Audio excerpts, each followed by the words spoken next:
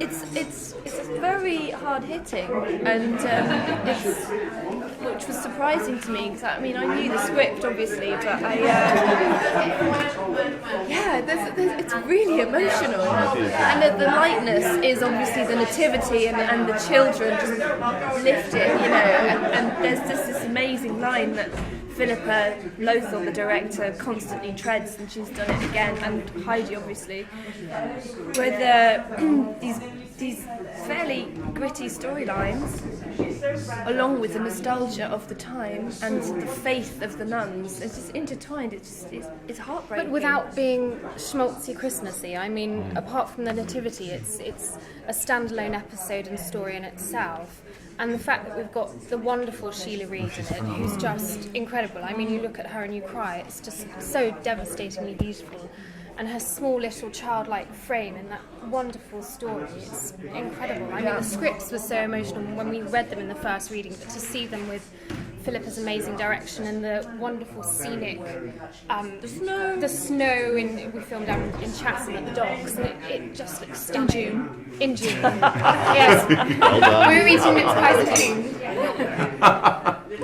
Yeah. Did you two cry when you just heard the story? Sobs. I sobbed, yeah.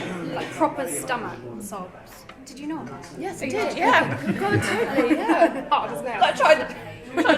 It's gone. I know. Yeah. I mean, the workhouse storyline is sort of, when you look at the dates of it, it's relatively recent, isn't it? Yes. To think that people were treated like Scary, that. isn't it?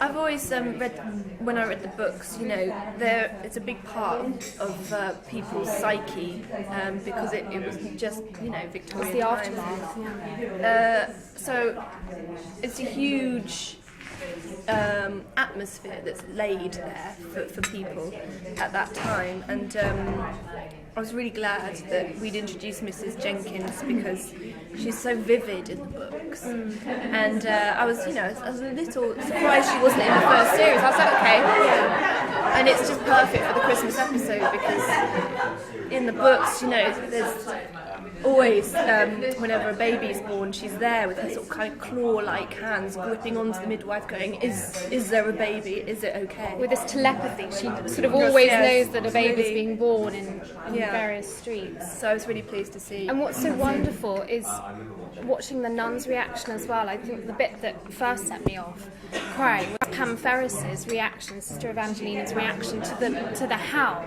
and hearing that gut-wrenching, horrendous noise. I mean, it's this childlike scream. I mean, it's just horrendous. And watching her and Sister Monica Joan really react to what they dealt with as young midwives and young nurses, and what was in their young lifetime. I mean, it's quite dark for a Christmas episode. yeah, it is. Yeah, I was going to say, I mean, how do you think viewers will react sitting down at Christmas time to their tea. watch it? Yeah. Hopefully it'll be on a Stiff drink, do you think? With a I drink think it'll inside. be. I just think it's.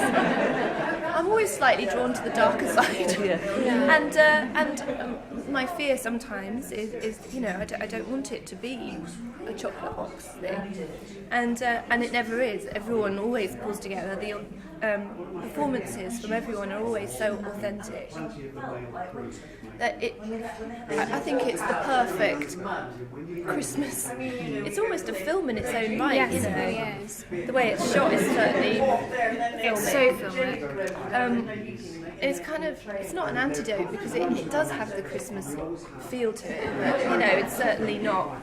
It's not done for the sake of Christmas. There's not lashings of Christmas lunch and